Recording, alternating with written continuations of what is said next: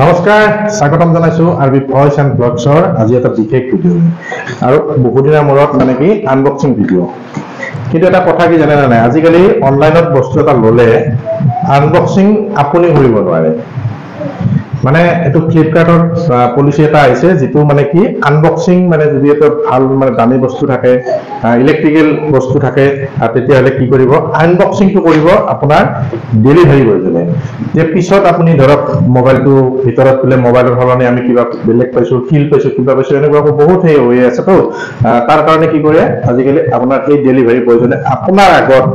মানে কি কৰিব ভিডিঅ' কৰি কৰি বস্তুটো খুলি দেখুৱাই দিব তো আজি এই বস্তুটো আছিল আৰু এইটো মই লৈছিলো ফ্লিপকাৰ্টৰ এটা বস্তু এইটো Redmi 13C 4G মোবাইল তো 4G মোবাইল যদিও ইয়াত কি সুবিধা আছে ইয়াত পিকচাৰ কোৱালিটি কেনেকুৱা ভিডিঅ' কোৱালিটি কেনেকুৱা সকলোখিনি আজি এই ভিডিঅ'টোত দেখুৱাম আৰু লগতে এই ইনফৰমেশ্যনটো আপোনালোকে পালে যে আনবক্সিংটো কি কৰিছে এই ডেলিভাৰী বয়জনে যেতিয়া দিব আহিছিল তেতিয়া এই আনবক্সিংটো তেওঁ কৰিছে তো কেনেকৈ আনবক্সিং কৰে কি কৰে এইখিনি মই সাইডত দেখুৱাই আছো ডেলিভাৰী বয়জন যিজনে আপোনাক দিব তেতিয়া তেওঁ যেতিয়া খুলি থাকিব আপুনিও কি কৰি থাকিব ভিডিঅ'টো কৰি থাকিব আৰু ভিতৰত তেওঁৱে কৰিছিল আনবক্সিংটো তাৰপিছত ইয়াত আছে পিনটো থাকে ইয়াত এনেকে দেখুৱাবলৈ কথা নহয়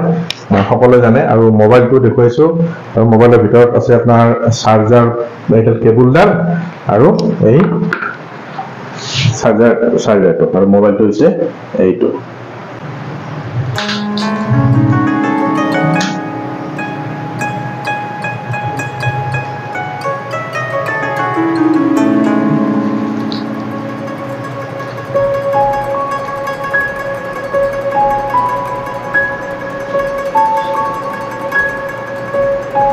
এটা মই অন ক্যামেৰা এটো অন কৰিম ইয়াত দেখুৱাইছো ইয়াত ক্যামেৰা 50 মেগাপিক্সেল ক্যামেৰা আছে আৰু এটো আছে ফ্ৰণ্টটো আছে 8 মেগাপিক্সেল আৰু ইয়াৰ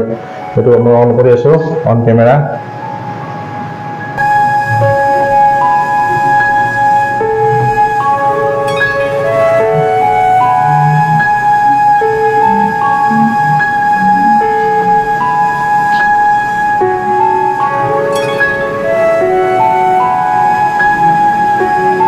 এতিয়া আমি আপোনাক এই ভিডিঅ'টো দেখুৱাম যে মোবাইল এটা আমি কিনাৰ পিছত ইয়াক কেনেকৈ আমি কি কৰিব পাৰো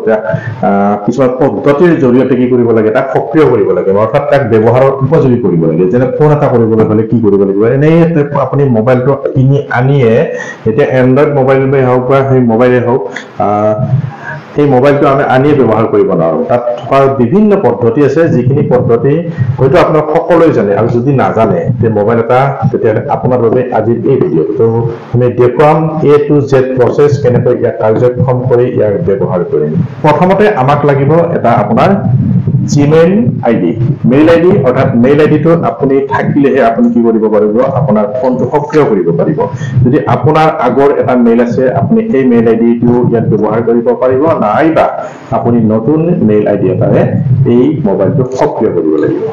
তো আমি স্টেপ বাই স্টেপ সকলোখিনি দেখুৱাম চাই সিম কাৰ্ডখন লগোৱা নাই কিন্তু আমাৰ কি যেহেতু ঘৰত ৱাইফাই আছে তো ৱাইফাই মই এড কৰি দিওঁ তাৰপিছত দেখা যাওক কি হয় তো পাছৱৰ্ড লাগে মই পাছৱৰ্ডটো মাৰি আছো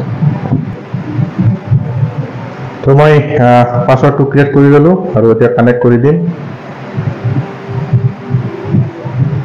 কি নহয় মানে এইটো নামটো আপুনি যি ইচ্ছা ৰাখিব পাৰে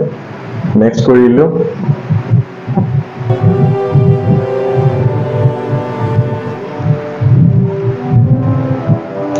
Getting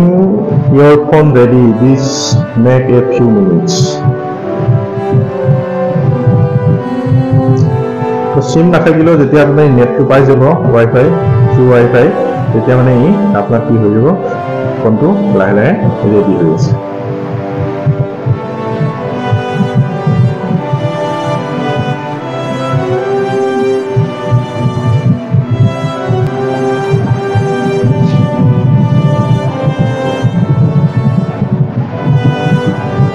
তো আপুনি আপোনাৰ বেলেগ এটা মোবাইলৰ পৰা এই মোবাইলটোলৈ কি কৰিব পাৰে, আপোনাৰ সকলো ডাটা কপি কৰিব পাৰে। তো ড্ৰোন কপি কৰি দিছোঁ, যিহেতু এটা সম্পূৰ্ণ বেলেগ যিটো আছে সেইটো আছে।